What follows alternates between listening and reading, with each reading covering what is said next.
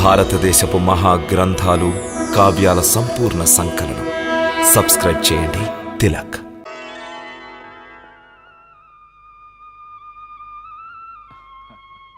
తమ కోసం పువ్వులు కూడా తీసుకొచ్చాను, తీసుకోండి. తమరు వెళ్ళి ఆనందంగా పూజ చేసుకోండి. చాలా సంతోషం. నీవు మహా సంస్కారవంతుడివి, కానీ అప్పుడప్పుడు కాస్త విచిత్రంగా మాట్లాడుతుంటావు. ఎందుకంటే నా మాటలు సత్యమైనవి, పైగా నా తర్కం న్యాయమైనది. వృద్ధాప్యంలో నీవు నా ధర్మానికి నష్టం కలిగించాలని యత్నిస్తున్నావు. ఏ ధర్మానికైతే తర్కం వల్ల నష్టం కలుగుతుందో ఆ ధర్మం నిజమైనదే కాదు. ఇప్పుడు నేను నీళ్లకు నీళ్లను, పాలకు పాలను వేరు చెయ్యాలనే చూస్తున్నాను.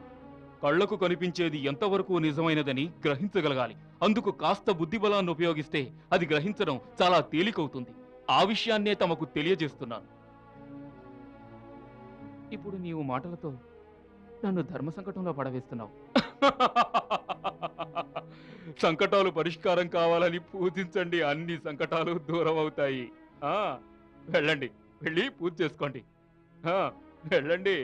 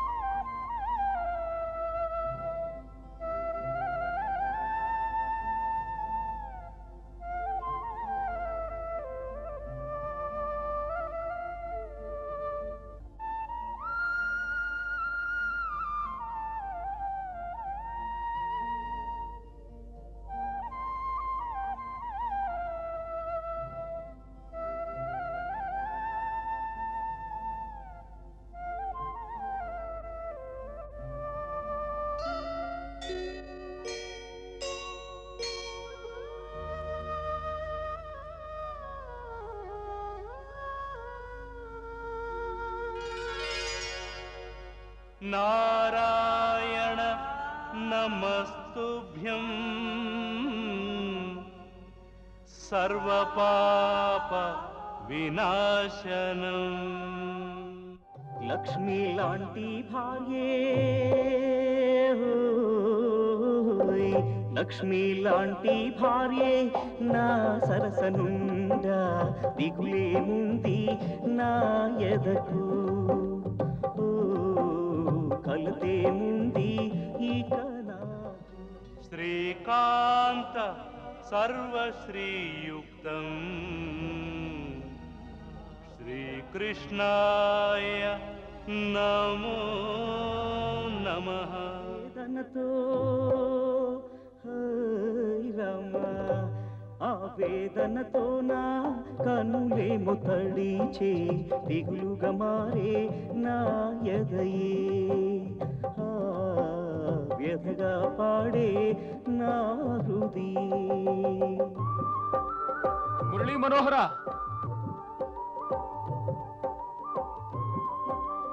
ఏమయ్యా మురళీ మనోహర, ఏమిటి మిత్రమా? నీవు నీ ప్రేమ గీతాలను చాలించలేవా? ఎందుకు విప్రోత్తమా? నీ ప్రేమ గీతాలు నా పూజకు భంగం కలిగిస్తున్నాయి. మరి తమ భక్తి గీతాలు నాకు భంగం కలిగించట్లేదే? నీవా భగవంతుణ్ణి స్తుతించలేవా? స్తుతించటం నాకు రాదుగా. అయితే నీవు నాతో పాటు ఆ భగవంతుణ్ణి స్తుతించు. అలాగే.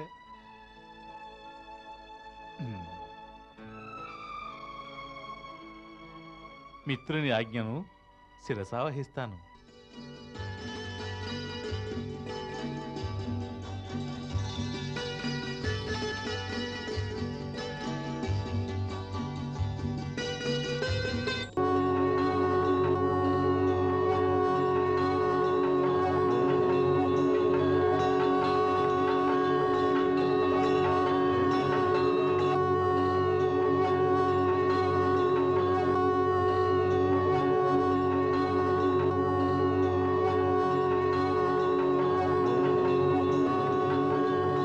సుధామ, మా ఈ దివ్య దర్శనం వలన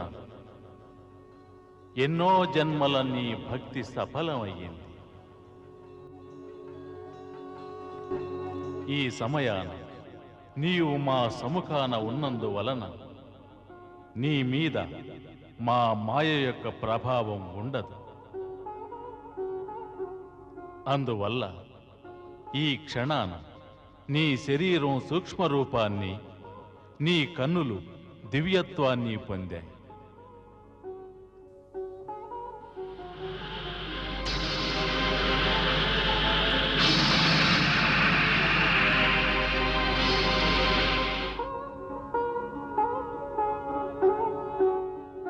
కావుననే నీవు నీ యొక్క దివ్య చక్షువులతో ఇక్కడ నలుదిశలా ఉపస్థితులయ్యున్నటువంటి సమస్త దేవతలను ప్రత్యక్షముగా వీక్షించగల భాగ్యాన్ని పొందగలిగావు.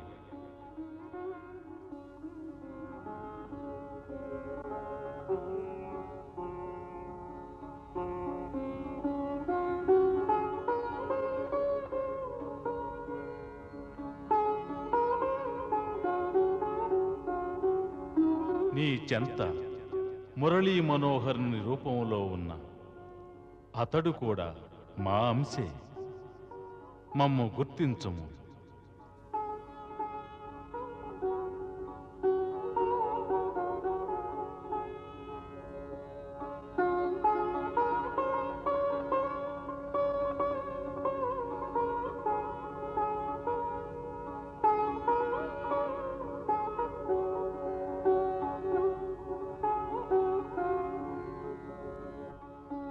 ఈ సమస్త దేవతాగణం మన ఈ మహోన్నత కలయికను వీక్షించుటకి ఇక్కడకు వేంచేసింది.